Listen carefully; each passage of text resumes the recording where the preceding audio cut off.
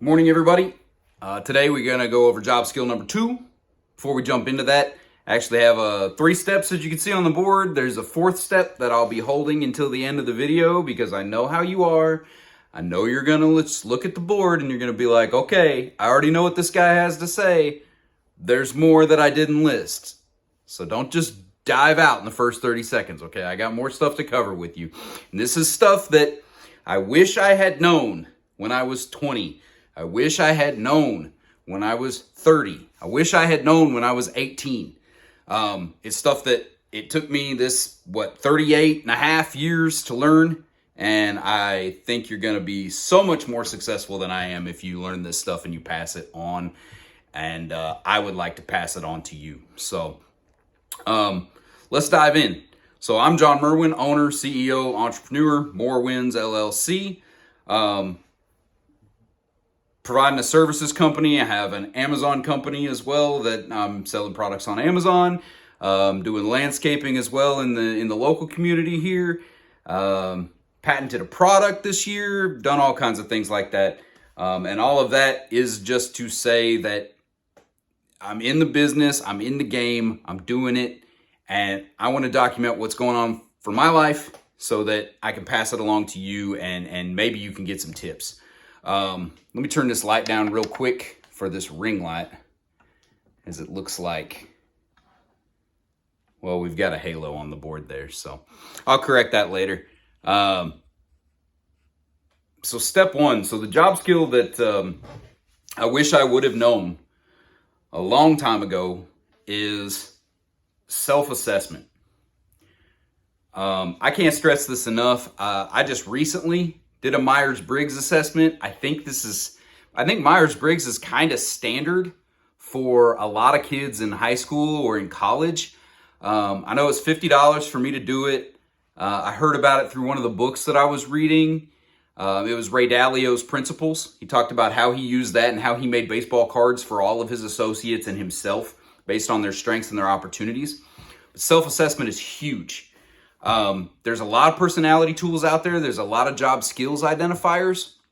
And I understand, when you're 17, 18, you're just getting out in the workforce, you don't even know who you are. That's okay. I didn't know who I was either. I'm still learning. You're perfectly fine, okay? Don't feel bad about where you are. Don't feel bad about what am I supposed to do when I grow up. I still don't know what I'm supposed to do when I grow up, okay? It's going to be okay. Identify, use these tools to help identify what your priorities are. What are your values, right? So my values are like family, financial security, independence, freedom, things like that. You'll learn through these tools what you really value. And then you can structure what you make your career plans toward. For instance, I learned from this Myers-Briggs assessment that I just recently did that I probably should have been an engineer, right? Or a problem solver. So somebody that does troubleshooting, right? That's my forte. And that's something that I really derive enjoyment from, right? I enjoy deriving from hearing about a problem, hearing about what's going on, and then just very quickly filtering out all the crap and going, okay, here's a solution. And I know a lot of dads out there can identify with this. And yes, so I am using my children's whiteboard that they use to practice for school. Step 2, okay, let's get into it. Strengths and opportunities. So identify your strengths and opportunities, okay? Very, very important. Focus on your strengths. Focus on what you're good at. Your opportunities are great. Some workplaces, I don't know why they do this. They'll tell you, well, you need to focus on your opportunities and get better at the things that you're weak at. And I don't like weak because nobody's really weak. You're just strong in other areas, right? Like Einstein said, if you judge a fish on its ability to climb a tree, it'll spend its whole life thinking it's an idiot. It's not designed to do that. Whatever you were designed to do, and based on your specific, the way you grew up, your environment, your genetics, things like that. Best example I can liken this to is a short kid playing basketball, right? Great. You love basketball. You love the game. I'm proud of you. Okay. If nobody's ever told you that before, enjoy it. Okay. Understand though, your odds of going pro or being uber successful at, a very high level in that sport are very, very, very low. You are going to have to put in an extraneous amount of work compared to somebody who's 6'8", 7'1", right? You're going to have to put in way more work than those guys in order to make it and make the cut. Whereas if you were, a very short person and you were, in wrestling or you were in bowling, right? You wanted to be a professional bowler, something like that. Those sports are more inclined to your natural size or your natural gifts. So focus on your strengths, right? You could spend all day as a very short person, trying to get really, really good at basketball. And that's okay if that's what you choose to do. Life's all about choices, right? But you'd probably be better served focusing on your strengths and what your strengths are. I learned a long time ago, my strengths are not in sports, right? I used to bowl, used to play a lot of paintball, stuff like that. As extracurricular activities. I ran track one year and just got smoked, right? Because I'm short, I'm chubby, and I was just getting blasted by all of these guys that were, 6'3", 6'4", had been running their whole lives. They were it was embarrassing. Okay. I learned very quickly, my strength is up here. All right. That's why I listen to audiobooks every day, right? My goal every week is to put down at least one audiobook a week. That way I'm doing 52 books a year and I'm focusing on where I'm strong, and where I'm strong is up here. So focusing on your weaknesses is not going to serve you well. It will help you shore up. Maybe let's say you're in a career. It might help you shore up some of your pay, or maybe some of your job security, where you can go from an F or a D student up to a C level, where they're like, yeah, okay, he's passing or she's passing in that area, but she's really, really good at this. Then they're going to keep you, maybe more likely to keep you around. And then step number 3 that I've got listed out over here is get in the game. Okay. So once you've self-assessed, you've identified your strengths and your opportunities, making sure my finger is going where it needs to go here. You've identified your strengths and your opportunities. You got to get in the game. Okay. So say you take that Myers-Briggs assessment. So my Myers-Briggs assessment said, hey, you should be like an engineer, mathematician, which I don't really see that because I'm not a huge math person. Medicine, right? Problem solving, things like that. I thought, okay, how did I end up in management and leadership? Well, I ended up in management and leadership because a primary role for management and leadership is to problem solve effectively. However, my opportunity to improve is in my people skills. Okay. So I if I'm an F student in interacting with people because I'm so direct, then I look at it and I go, okay, how do I become a C student? How do I listen to others more effectively? How do I understand and seek to understand, like the 7 habits of highly effective people?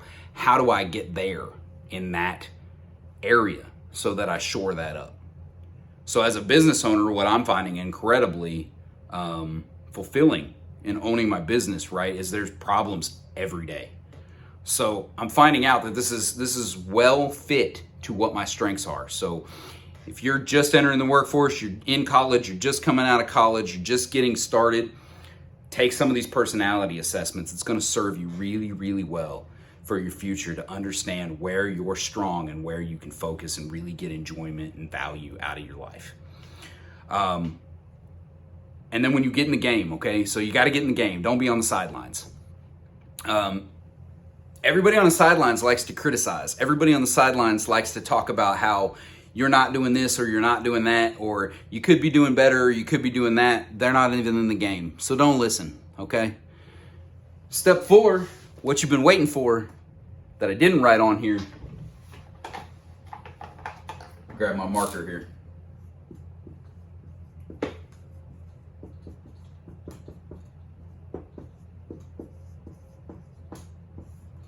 The matrix is real. The sooner you accept the fact that you're in a game and the Matrix is real, the sooner you're going to start responding and acting as such. Treat your life like a game, okay? You can grind against the machine all day, every day. You're gonna lose because it's just the machine, right? If you put your leg in front of a chainsaw, the machine doesn't care. It's gonna tear your leg off, all right? And what I mean by the machine is society and the rules and the things that we play by in this game we like to call life that's just the way it is, right? And you'll be more successful by operating within the rules of the game. I just had a breakthrough with my business, right? I've been trying to get a contract with another company for 4 months, but I didn't quit. I just had to learn the rules that company plays by. And as soon as I understood what rule I wasn't, completing or I wasn't following through with, as soon as I understood that rule and I took action because I'm in the game, boom, contract's complete. Thousands and thousands of dollars of work lined up. So the Matrix is real, right? It's like one of my favorite quotes from Band of Brothers. Guy, one of the soldiers just runs through machine gun fire everywhere he goes. Maybe you'll understand what I'm talking about. Everybody asks, how do you run through that machine gun fire? How do you not care, right? And he says, you're already dead. As soon as you accept the fact that you're already dead, you'll be capable of doing what war requires you to do. Well, you're not dead. I'm not dead. But we're in the game. We're in the Matrix. So as soon as you start acting like, hey, this is just a game, I just got to figure out the rules and then respond accordingly in your career, in your life, in your relationship, it applies everywhere. Promise you. As soon as you figure out the rules for your girlfriend, your fiance, your boyfriend, your husband. Figure out the rules. What are his rules? What are her rules? What do they really want? What do they really like? You figure all of that stuff out, and then you start providing that, it'll just through the roof. Unreal, okay? So that's what I got for you today. Comment. Let me know what you think. Let me know what you got questions about. Let me know if you just want to say something. Go for it. I read the comments. I respond to the comments. If you got value out of this, please subscribe.